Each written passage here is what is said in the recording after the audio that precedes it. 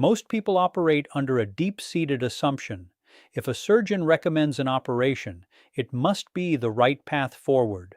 The physician holds the expertise, the hospital is equipped with cutting-edge technology, the consent forms are already prepared, and all that's left is to provide your signature. I once held that same belief without question, right up until I began to pay closer attention. I started counting the individuals who entered the system for what were deemed routine procedures and emerged forever altered, not improved, but fundamentally changed. A man who walked into the hospital grappling with back pain and left unable to walk at all. A woman who technically survived a complex open-heart procedure, but surrendered 6 months of her life to a cascade of complications that no one had ever warned her about. Here is a truth that remains largely unspoken. The more mileage your body has, the more grueling the battle to simply endure an operation becomes. Not the underlying disease, mind you, but the surgical assault itself. My name is Dr. Mandell, and in today's discussion, I'm going to pull back the curtain and reveal the unvarnished reality about 5 specific surgeries that harbor significant, often overlooked dangers for individuals over the age of 60. Before we dive into the heart of the matter, I need to address one quick but crucial point because it sets the foundation for everything we're about to explore. If you are currently over 60, or if you can sense that milestone approaching on the horizon, and your deepest desire is to extend your lifespan, enhance your physical strength, and maintain robust health with the autonomy to direct your own future for many years to come, then please grant me just 10 seconds of your attention. I have consolidated all the essential guidance I provide to my personal patients into a straightforward, actionable plan. It has already empowered thousands of individuals to thrive and live their most fulfilling lives after 60. The link to access this resource is displayed right there on your screen. There's no need to jot anything down. Simply take a look once we've concluded our session here. And if you find today's content valuable, would you do me a small kindness? Please hit that subscribe button, give the video a thumbs up, and drop a comment below. Your engagement helps me extend this vital information to a wider audience who truly needs to hear it. All right, let me pose a question to you. If you were to take a factory-fresh vehicle and another car that has accumulated 200,000 miles on the odometer and then subject both to the identical stress test, would you anticipate identical performance? Of course, the answer is a resounding no. And yet, for generations, the medical establishment has often treated a 70-year-old physique with the same protocols as a 40-year-old one. The same surgical blueprints, the same recovery expectations, the same timelines for rehabilitation. This paradigm is gradually shifting, but the pace of change is far too sluggish. Let's examine what transpires internally within an older constitution when it is placed under general anesthesia. The cardiac muscle is forced to labor more intensely. The pulmonary system requires a longer period to expel the anesthetic agents. The renal function decelerates in its processing of medications. And the brain, this is the aspect that catches most people off guard, the brain experiences a temporary state of disorientation that can persist for weeks, and in some cases, even months.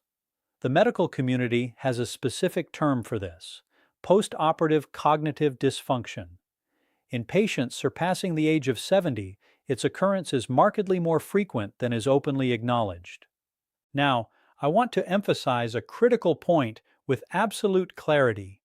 Chronological age, in and of itself, is not a sufficient reason to eschew surgery.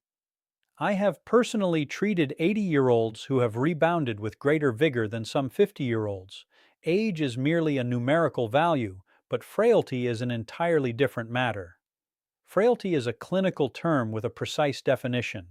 It signifies that the body's physiological reserve has dipped below a critical, life-sustaining threshold. Roughly 40% of individuals over 75 exhibit signs of frailty. That percentage escalates to nearly 60% for those over 85. So, the genuine question at hand is not simply whether a person can physically survive the operation itself, it's whether they can withstand the grueling marathon of recovery that follows. These are two profoundly distinct challenges, and this differentiation is going to prove crucial in the discussion that follows. Surgery number 1: open heart surgery in frail patients. Coronary artery bypass grafting, which we abbreviate as CABG, stands as one of the most frequently performed major surgical interventions on the older demographic. The concept is relatively straightforward. Your coronary arteries are obstructed, and we construct alternative pathways to restore blood flow. For the appropriately selected patient, it can yield remarkable results. However, here's what the glossy informational pamphlets fail to depict. This procedure necessitates the complete cessation of your heartbeat. We connect you to a bypass machine, a mechanical device that assumes the functions of your heart and lungs while we perform the intricate work. For a robust 60-year-old, this is generally manageable. But for a 78-year-old contending with renal disease, mild diabetes, and some degree of cognitive decline, that bypass machine represents a significant systemic assault on virtually every organ system all at once.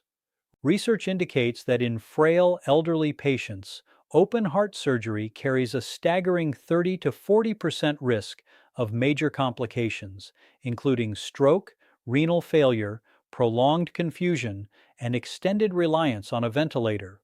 And here is a statistic that often leaves people stunned. Up to 15% of high-risk elderly patients do not survive the first 30 days following this procedure. So, what are the alternatives? In many contemporary cases, there is one. It's called TAVR, which stands for transcatheter aortic valve implantation. This is a catheter-based approach that never requires halting the heart or cracking open the chest. It's less dramatic than conventional surgery, but it is significantly gentler on a body that needs compassion, not a brutal fight. Does this imply you should categorically refuse cardiac surgery? Absolutely not. What it means is that you should pose a specific question to your surgeon. Am I a suitable candidate for a less invasive approach? That single query alone could be the catalyst that changes your entire trajectory. Surgery number 2: aggressive spinal surgery. Experiencing back pain in your 60s and 70s is almost a universal rite of passage. I cannot recall a single patient over 70 who hasn't brought up their spinal discomfort. The solution that is increasingly being proposed is surgical intervention. Fusions, multi-level decompressions, and the implantation of hardware up and down the vertebral column. Now, I need you to hear this with absolute clarity. Some spinal surgeries are unequivocally necessary beyond any doubt. A spinal cord that is being actively compressed, leading to loss of bladder control or impending paralysis, demands immediate surgical attention. However, elective spinal fusion for chronic back pain in an elderly patient, the evidence surrounding its efficacy is genuinely troubling. A significant study published in the prestigious journal Spine found that in patients over 65, complex spinal fusion had a complication rate exceeding 40%, a staggering 40%. And the most common complications were far from trivial. They included blood clots, infections, hardware failure, and a condition known as adjacent segment disease. This is where the vertebrae immediately above and below the fusion site start to deteriorate because the biomechanics of the spine have been permanently altered. The hardware locks one section into rigidity, and the remainder of the spine must absorb the resulting stress. And here is what I find most frustrating: the pain relief outcomes. Studies demonstrate that for many elderly individuals with degenerative spinal disease, aggressive surgery offers no superior long-term pain relief compared to physical therapy and targeted injections. No better results, yet dramatically higher risks. I once had a colleague, a brilliant spine surgeon, who remarked to me, "Sometimes the best operation is the one you don't perform." That sentiment has stayed with me. Have you ever been informed that surgery was your sole option for back pain? Please share that experience in the comments.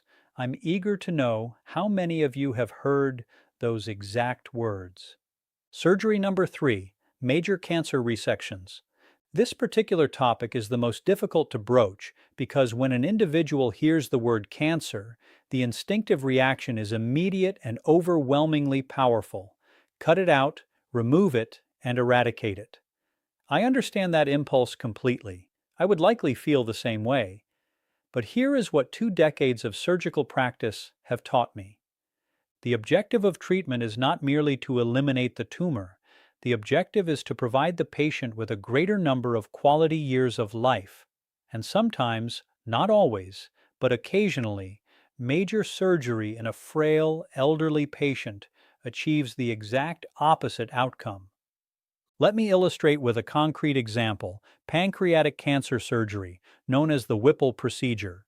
This is one of the most complex operations in the entirety of medicine.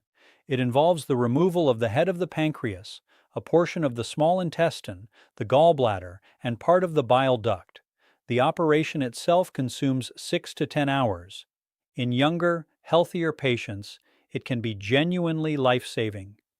In an 80-year-old with pre-existing heart disease and diminished kidney function, the surgery may technically succeed. The tumor is completely excised, yet the patient may still pass away within weeks from surgical complications. The cause of death is not the cancer.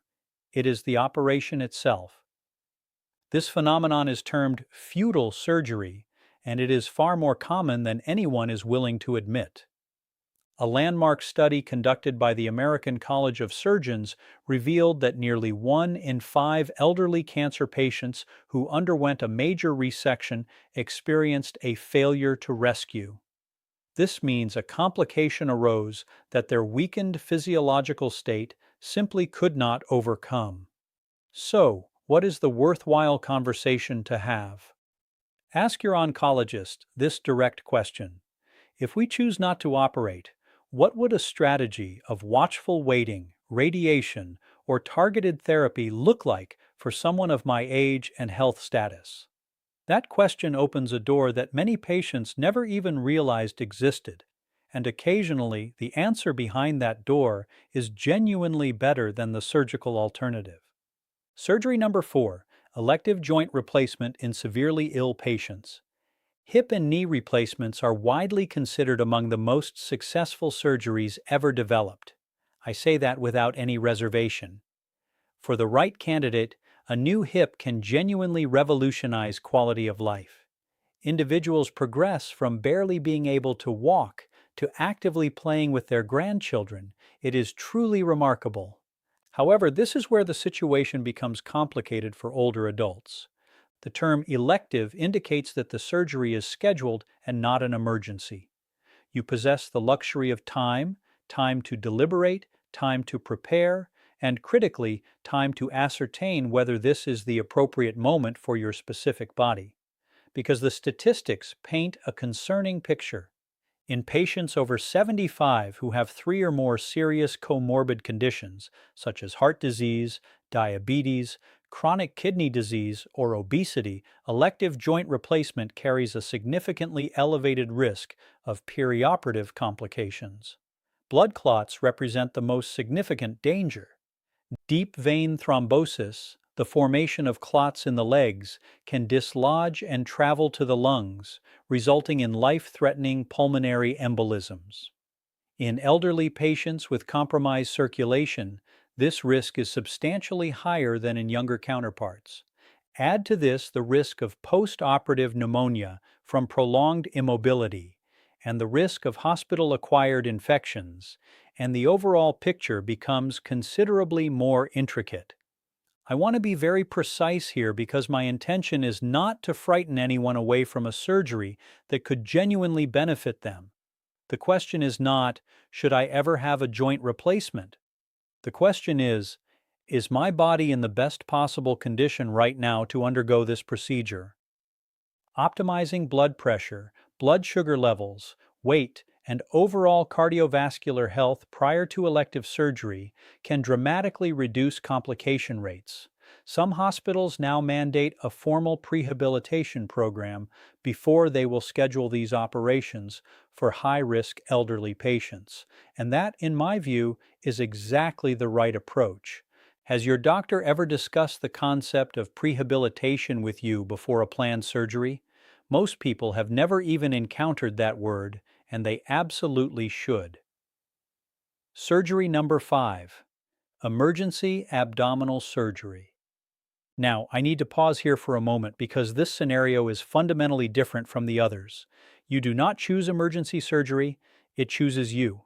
A perforated bowel, a ruptured appendix, or internal bleeding, these crises do not wait for a calm, measured conversation in a doctor's office. But here's why it belongs on this list. Knowing the risks in advance before the emergency unfolds fundamentally alters how families make decisions in those terrifying high-stakes moments. Emergency abdominal surgery in patients over 75 carries some of the highest mortality rates across all surgical disciplines. We are discussing rates of 30 to 50% in the most severe cases. This is not because surgeons lack skill, but because an elderly body under sudden traumatic stress is fighting a multi-front war simultaneously. The liver, kidneys, heart, and lungs are all hit concurrently. The inflammatory response that a younger body can control within days can spiral in an older body into a condition known as systemic inflammatory response syndrome. When multiple organs begin to fail in sequence, the situation is as grave as it sounds. So, what can you actually do with this information? Two things. First, do not ignore abdominal symptoms. Persistent pain, bloating, or any changes in bowel habits in someone over 60 warrant prompt medical evaluation. Catching problems early means treating them before they escalate into emergencies. That single habit can be transformative. Second, have the conversation with your family now, not in the hospital corridor at midnight. Have it now. What are your wishes if emergency surgery is the only option? What quality of life matters most to you? These conversations are not morbid. They are among the most loving and considerate gifts you can give to the people who will be standing in that corridor on your behalf. All right, we have covered the 5 surgical procedures. Now let's transition to what you actually do with this knowledge. Because information without action is merely a source of anxiety, and that is the last thing I want for you. Before any major surgery, whether planned or recommended, there are 4 essential questions that every patient over 60 should ask. Please take note of these. Question 1. What happens if I don't have this surgery? A competent surgeon will give you an honest, straightforward answer. If the reply is that nothing urgent will change in the next 6 to 12 months, then you have time to reflect, to secure a second opinion, and to optimize your overall health. Question 2. Is there a less invasive alternative? The landscape of medicine has transformed enormously over the past 15 years. Robotic surgery, endoscopic techniques, and catheter-based interventions, options that simply didn't exist a decade ago, are now available in most major medical centers. Question 3. What does recovery realistically look like for someone of my age and with my specific health profile? Not the average patient, but you. Your heart, your kidneys, your current medication regimen, and your home living situation. The answer should be specific and personalized, not generic. And question 4. This is the one most people never think to ask. What is your personal complication rate for this procedure in patients over 70? Surgeons track these statistics. They know their numbers. A confident, honest surgeon will provide them without hesitation. If they appear uncomfortable with the question, that discomfort itself is valuable information worth heeding.